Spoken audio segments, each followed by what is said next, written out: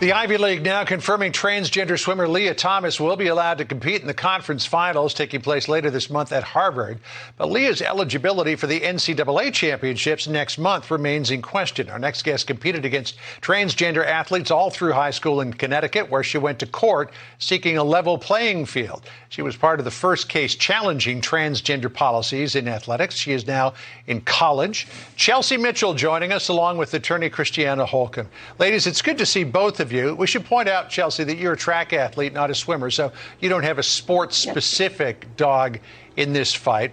But the Ivy League ruling that Leah Thomas is eligible for the Ivy League championships February the 16th to the 19th, despite rule changes from the NCAA, is raising a lot of eyebrows. Here's what the Ivy League told Swimming World, quote, "The recent rule changes," that's the NCAA rule changes, "do not impact Thomas's eligibility for this month's Ivy League Women's Swimming and Diving Championships, as the effective date for this unprecedented mid-season NCAA policy change begins with the 2022 NCAA Winter Championship." They're basically saying she got in under the deadline. What is the effect on biological women who are in that competition going to be?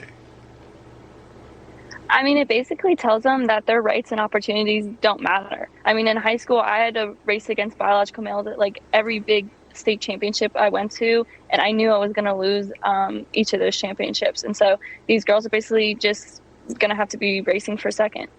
So, I mean, you were a very fast athlete. I think you were fastest in the state, if memory serves me correctly. What was the difference between your athletic prowess and that of biological males who had gone through transition?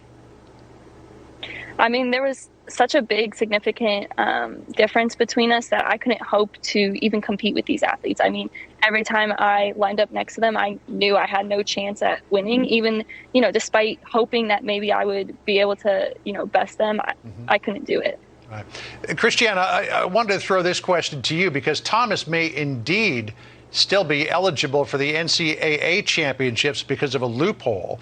Here's the NCAA new policy. If a transgender student athlete loses eligibility based on the policy change, provided they meet the newly adopted standards, they might be able to compete. She might be able to be grandfathered in here.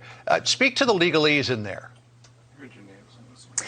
Well, again, the NCAA has completely failed to protect women and girls like Chelsea. They have failed to provide a fair and level playing field, failed to provide standards that ensure that girls like Chelsea aren't going to lose out on those championship titles.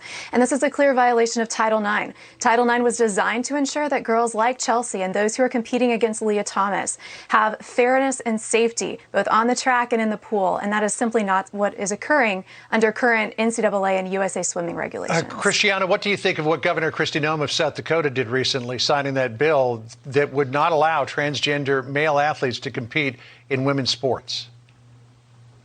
Definitely a step in the right direction. It's so encouraging to see lawmakers across the country really step up to the plate and say, we see how the NCAA has failed women and girls, and we're not going to allow that to happen to girls in our state. Chelsea, you spoke just a moment ago to the unfair playing field that somebody who is a biological male competing in women's sports has. When you take a look at Leah Thomas's record, when she competed as a male, she was number 462 in swimming. She is now a rock-solid number 1 competing in women's sports.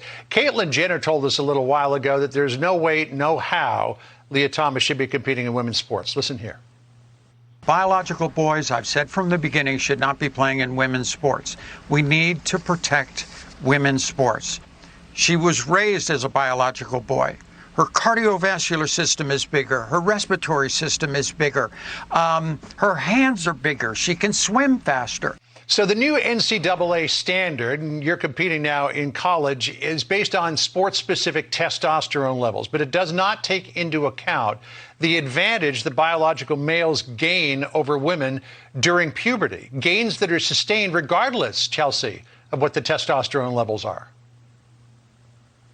Exactly. I'm concerned that testosterone suppression doesn't mitigate any advantage that a biological male has. And unfortunately, it's still unfair to put the biological males in the female category, regardless of hormone therapy.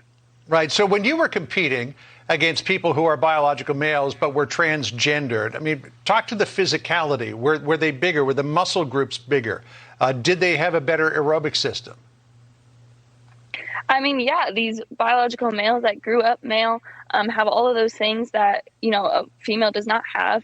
And regardless of going through that transition, they're still going to have that and still going to have those advantages that we don't have. So, Christiana, real quick, if you could, what's the answer here? Because transgender athletes should have an ability to compete as well. Well, we think everyone has a right to compete in sports, or it's a privilege to compete in sports. There's a place for everyone. But the question is, where is it most fair? And for 50 years in our country, we have protected the female category because it's only fair and safe to ensure that girls like Chelsea are competing against other female athletes. Christiana Holcomb, Chelsea Mitchell, good to catch up with you. We'll keep watching this story. Obviously, it's of a lot of interest to athletes across the country and to our audience as well. Appreciate you being with us today. Thank you.